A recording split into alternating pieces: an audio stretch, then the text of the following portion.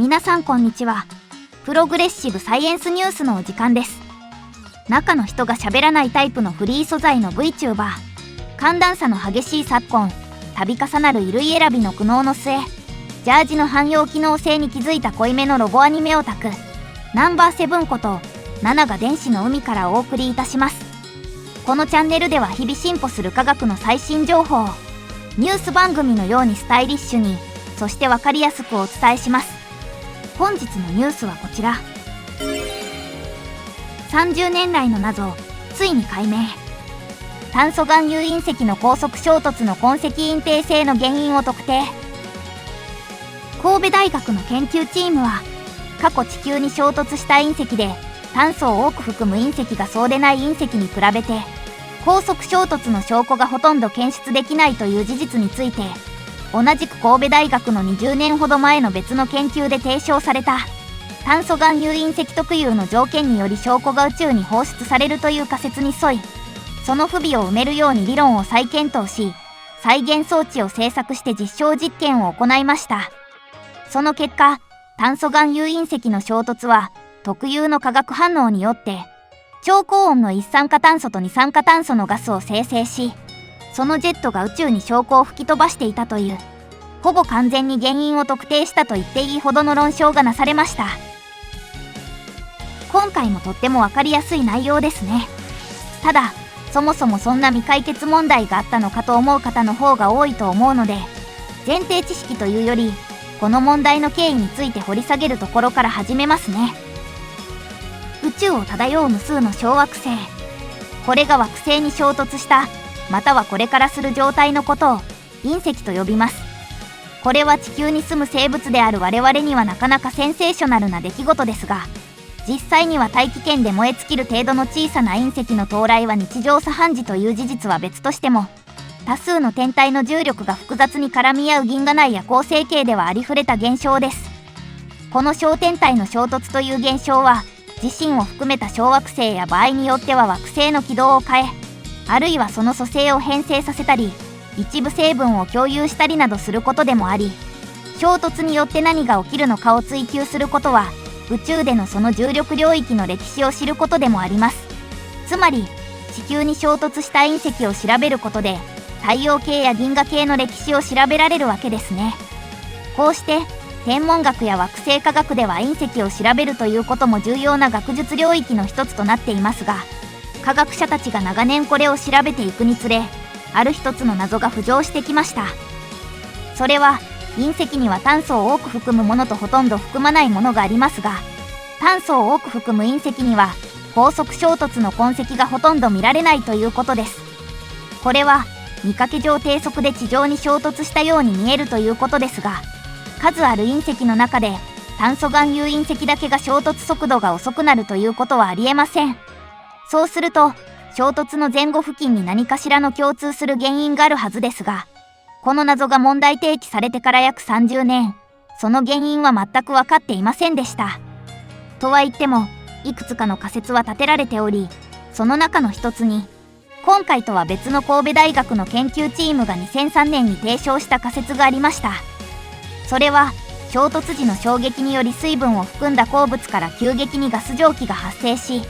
そのジェットが衝突面の反対側、つまり上空に向け吹き上げられることにより、高速衝突の痕跡が宇宙に放出されて検出できなくなるという仮説でした。今回の研究チームは、この仮説の大筋イメージを踏襲しつつ、筆頭著者が衝突物理学の専門ということで、その観点から理論の弱い部分を再検討しました。この仮説の理論の弱い部分は、主に2点ありました。それは、衝突によって発生する水蒸気生成が、プロセスの示す十分な量に達するか否かの計算がなされていなかったことと、炭素含有隕石の中には、水分を含む鉱物が含まれていないものもあるということです。そこで研究チームは、痕跡が宇宙空間に放出されるという大筋の過程は残し、曖昧さの残る水蒸気に関する過程は丸ごと除外して、炭素含有物質が高速衝突することで、そうでないものとは異なる反応が起きる、という新たな過程を追加しました。そしてこれを実証するため、衝突実験に用いられる二段式系ガス銃を、特別製の設計で独自製作を行い、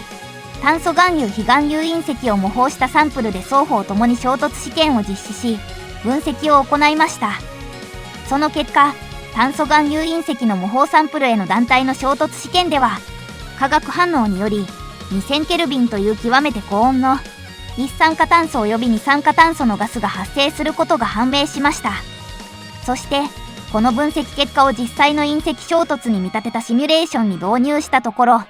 高速衝突の痕跡を宇宙空間まで放出させるというプロセスに十分な事象であることが分かったのです。これにより、この30年来の謎はほぼ完全に解明されたということになります。さらに、この結果から予測できることとして、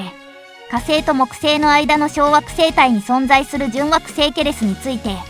小規模隕石の衝突が頻繁であり、また小惑星としては重力が強力なことで、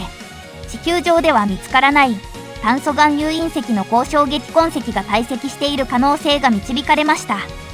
これにより、小惑星糸川からサンプルリターンを果たしたはやぶさ2のミッションのように、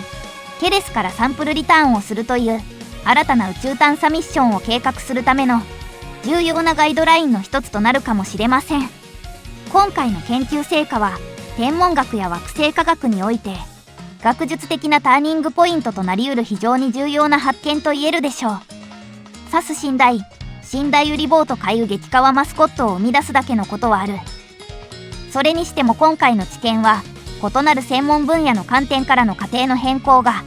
この重要な成果を導いた事例とも言えます。多様な観点で多角的に事象を捉えることで物事の本質の解像度が上がるというのは、かつて科学がまだ哲学の一分野であった頃、近代の哲学者であるベーコンやデカルトなどが提唱し推し進めていた学術発展の基本原理に回帰したような感じがしますね。欧米ではもともとそういった方針で学術機関が運用されることが主流でしたが、